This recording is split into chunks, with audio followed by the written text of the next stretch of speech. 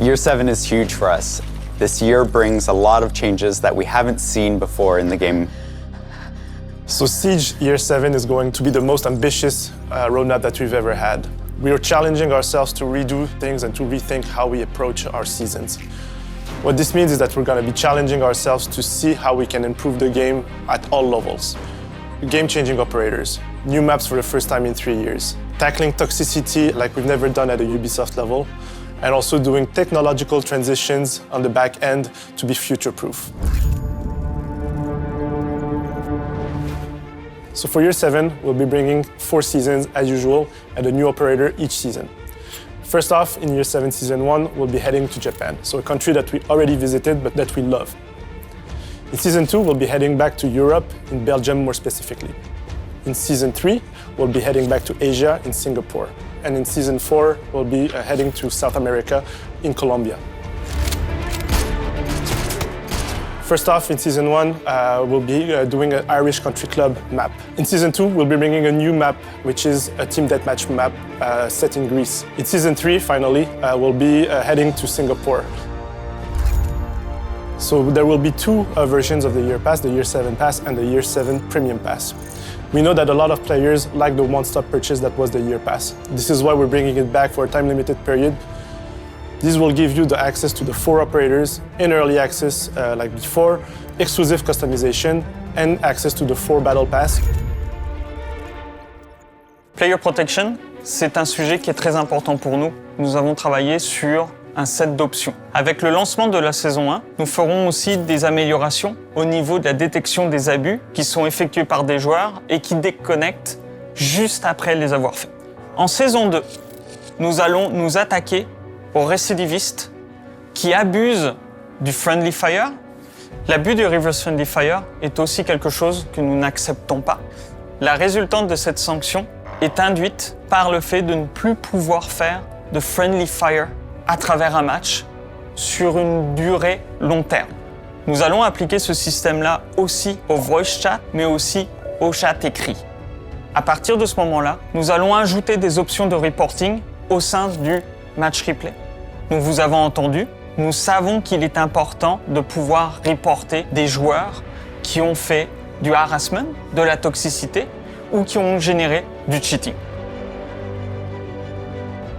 Aussi, avec la saison 3, nous ferons l'introduction du Reputation Score et avec le lancement de saison 4, un système de récompenses et de sanctions commencera à être déployé.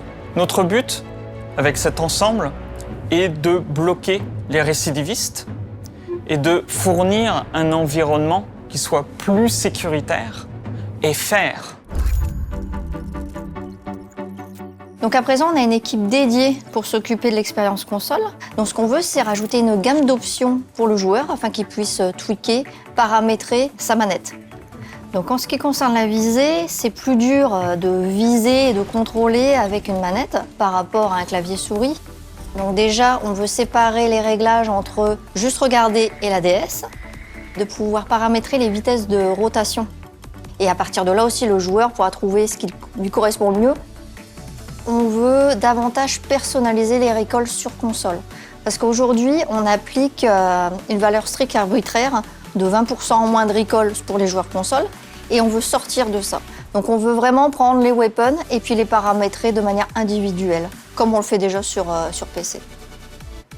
Donc le champ de vision sur console est restreint. Les joueurs PC peuvent paramétrer le champ de vision de 60 à 90. Par contre, sur console, les joueurs sont bloqués à 60 et n'ont pas de possibilité de pouvoir jouer avec ce chiffre. Donc ça, c'est une frustration pour les joueurs. C'est quelque chose qu'ils demandent depuis très longtemps. Donc je suis contente de dire qu'on est en train de travailler dessus. Et donc là, ça va offrir plus de confort pour le joueur parce que finalement, ça va élargir le champ de vision. Donc ils vont pouvoir voir des choses, plus de choses, d'éléments autour d'eux. Alors pour régler le champ de vision, l'idée c'est d'avoir comme sur la version PC, avoir un slider. Il y a vraiment l'aspect tactique et de voir des éléments en plus et donc de pouvoir plus vite réagir. Donc ce qui est très important dans notre jeu. Siege is a complex game, so it's going to require multiple angles for us to work on in order to ultimately introduce new players to Siege or to help players returning to Siege notice what's different about since last time they played. A few facets that we're looking into, one would be learn areas. So the first of which would be at the shooting range. So these are playable spaces that the players can enter and they can practice, they can train, they can learn by doing. So that way players are actually getting hands-on in these learning experiences without the pressure of being within a match. You know, the ticking timer, the fear of contribution towards your team. We want to give players a space where they can set aside some time and they can learn and they can discover and use this information to better themselves in Siege. Some of the new onboarding tools we're working on are operator tips.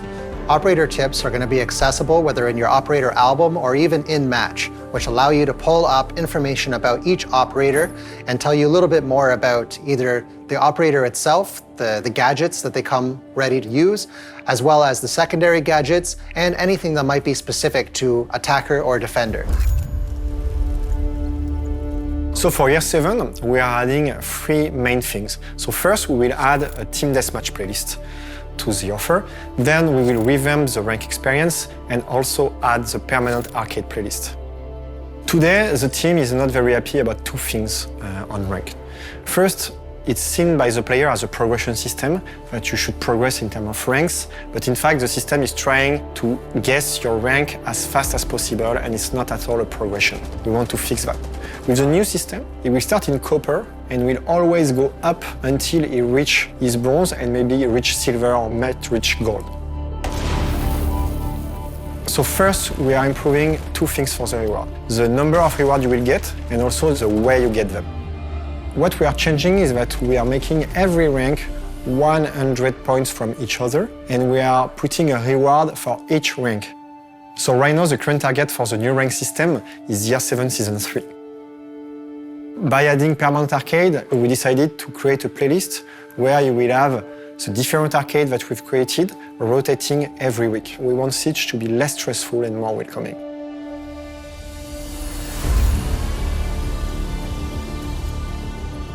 En termes de balancing, notre philosophie est toujours la même, hein, c'est d'assurer une expérience juste et équilibrée. Pour l'année 7, on a beaucoup de rework. Donc d'abord, en ce qui concerne les opérateurs, donc on a déjà communiqué sur Valkyrie et Goyo qui vont arriver début d'année.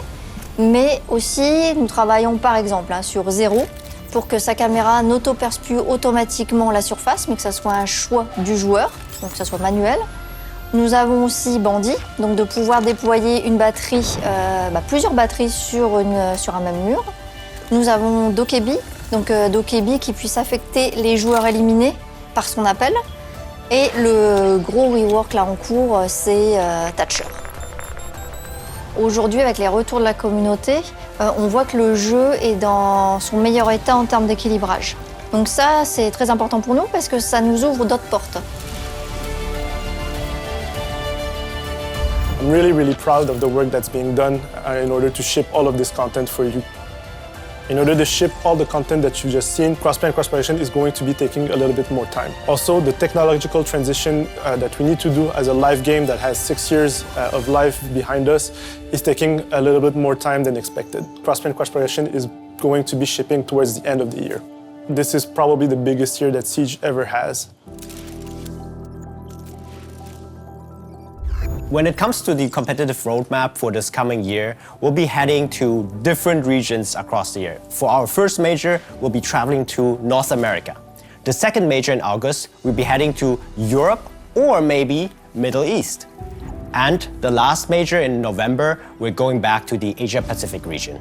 Our team has also been making long-term plans in terms of the 6th Invitational. We know that starting in 2024, the SI will travel the world. We're also adjusting the tier system of R6 Share. We'll now be having only 2 different tiers for our partner organizations. Tier 1 will have 15 allocated slots, meaning that more teams will have the full bundle of items. Every other organization will fall into the Tier 2 category.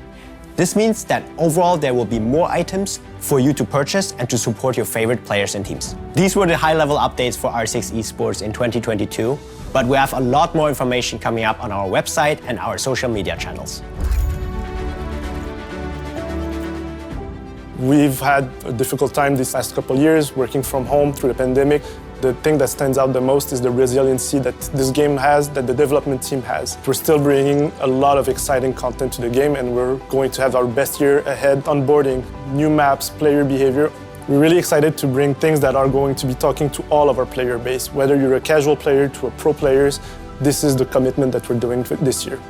With Year 7, the entire Siege team is excited and ambitious. We want to deliver more. We really want to make sure that everybody who is playing the game feels like they belong, that they can still contribute to the game, and the game's still fun to play on top of that core. The roadmap brings a lot of visibility, and we also want to continue our improvement in communicating with you, the community, and the players. So you'll see the roadmap change every single season as we update it when we want to add new things, but also with the nature of a live game, things do change and we do shuffle things around.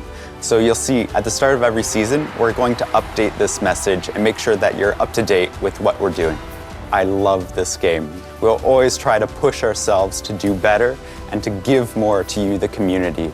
And that's our promise to you. Siege is here to stay.